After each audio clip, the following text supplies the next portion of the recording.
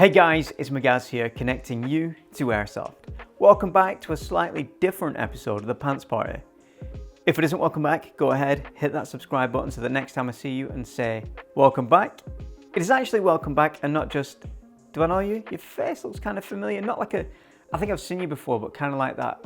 You've got one of those faces that's bland enough to sort of forget, but kind of remind me of someone. I mean, not like a celebrity, but you know, like that one bloke that you see in town and say hi to, but you've never really known his name or how exactly you know each other.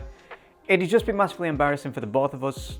So I guess while you're there, do the notification thing too. Guaranteed you'll lose your virginity if you hit that one. Before we get underway, I'd like to give a big shout out to our current Patreon supporter, Henry Field. Support through patreon.com/cbnpc really helps out with the creation of these videos. In this episode of the Pants Party, we're going to be taking a look at not just a pair of enhanced combat trousers, but a UBACS as well. This particular set is in a new and unique pattern that was designed with airsofters in mind. That's right, the Novritsch Kreuzotter ASU combat shirt and combat trousers. Before we go any further, I'm going to address the elephant in the room.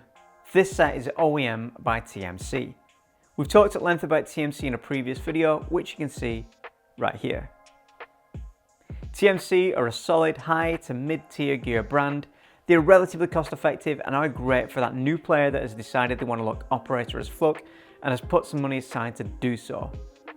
We'll go over briefly the details of both the trousers and UBACS, but if you've seen the TMC video, you can skip along and get into the info about the pattern itself and my thoughts on the trousers and shirt. The ASU trousers come in at €89 and the UBACS at $39, which is a reasonable price for kit that's going to last you quite a while. Included with the trousers is a set of camo green knee pad inserts. Let's take a look at all the features these G3 clones have, starting at the top.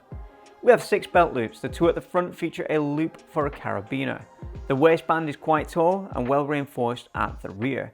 To adjust the waist size, there are 2 cinches that can be pulled in and secured with Velcro. The waist closure is also secured by Velcro, and as with all Cry and Cry clones, the top layer extends out slightly. The fly is secured by a YKK zipper. In exactly the spot you would expect, we have the 2 hand warmer pockets. These are relatively low cut, so access when seated isn't restricted. Below these are the accessory pockets. These little pockets open out into the cargo pocket and are reinforced with Cordura fabric, which should prevent wear when you're attaching a knife, pen or flashlight. The cargo pockets below these are double bellowed and feature a flap secured by 2 pieces of Velcro. Internally, there is an elastic retainer for a magazine or whatever other random stuff you want to cram in. These are great because it keeps whatever is in this pocket close to your leg and makes it less likely to flap about while you run. On the front of the trousers, we have the upper thigh pocket. These are smaller than the cargo pockets, feature a single bellow for expansion and hide the height adjustment cord for the knee pads. The next pockets, which are almost identical to these, are the ankle pockets. These sit on the outside of either ankle. The final pockets are on the back of the trousers and sit just below the stretch panel in the waist. They are simple zip closure pockets that more often than not don't get used. We just touched there on the stretch panels. These panels, which feature at the rear waist, in the crotch area, and around the knee pad insert pockets, are an OD or camo green 4-way stretch fabric that allows better mobility, reduces the risk of tearing the trousers, and helps with ventilation in hot environments. The knee pad insertion pockets are exactly as you would expect on a pair of G3 trousers. They fit all of the popular brand inserts, and if you don't want to use the knee pads, they feature a flap of fabric that covers the hole. The seat of the trousers are reinforced with an extra layer of the same ripstop fabric. The final 2 features we will look at are the rear knee and ankle adjustment tabs. These small fabric tabs can be pulled in to tighten the trousers or released for a more relaxed fit. It should be mentioned that these trousers are made from a 65% polyester, 35% cotton ripstop twill. Normally at this point in the Pants Party review, we talk in depth about the quality and performance of the trousers, but today we're going to take a look at the features of this UBACS shirt as well. It should be noted that these are sold separately, but because it's all a new and exciting release, I figured people would like a concise review giving information on a full set. The Kreuzotter pattern is also available in field trousers and a field cut shirt.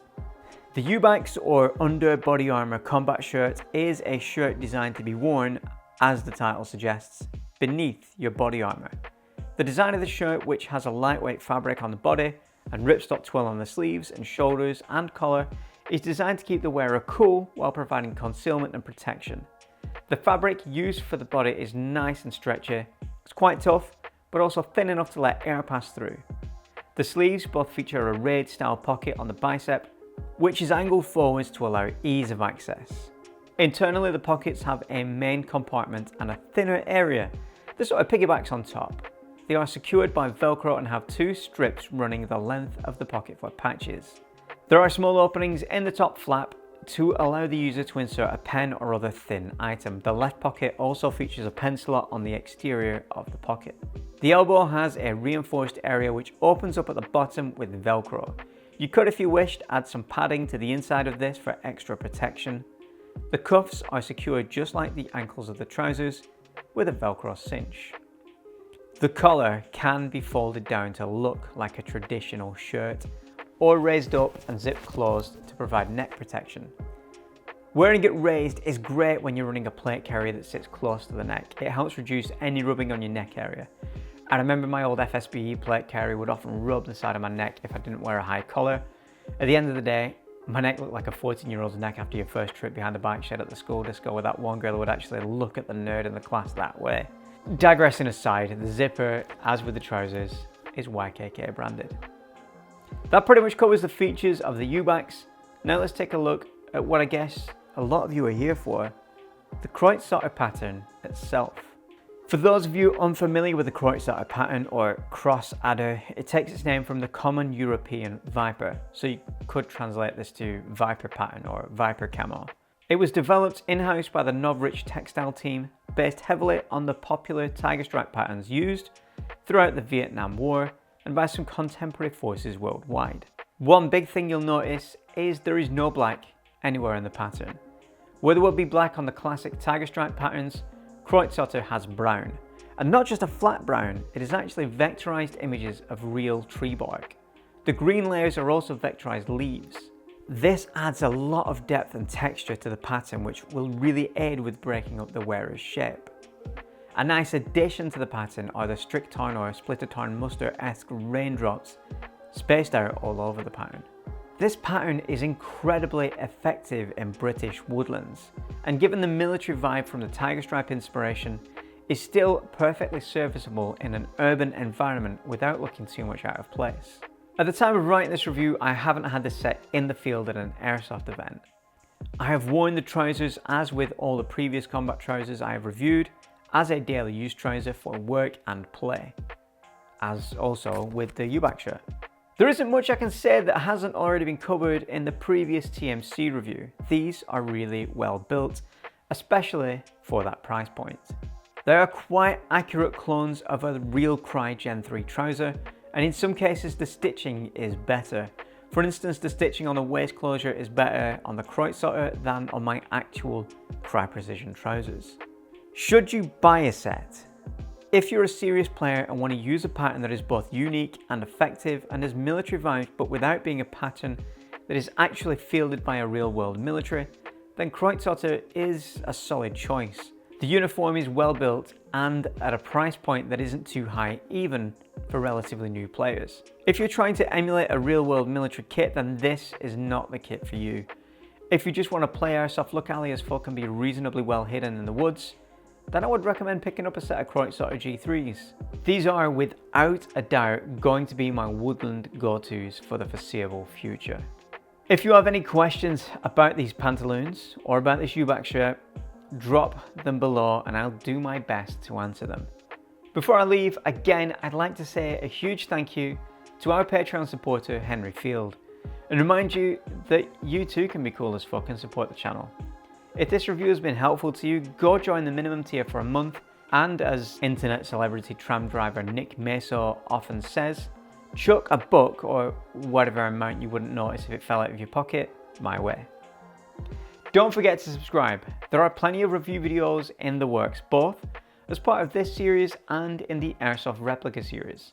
If you like Airsoft gameplay, There's plenty on this channel as well, including what I believe to be the oldest airsoft gameplay video on YouTube. So go take a deep dive in the back catalogue.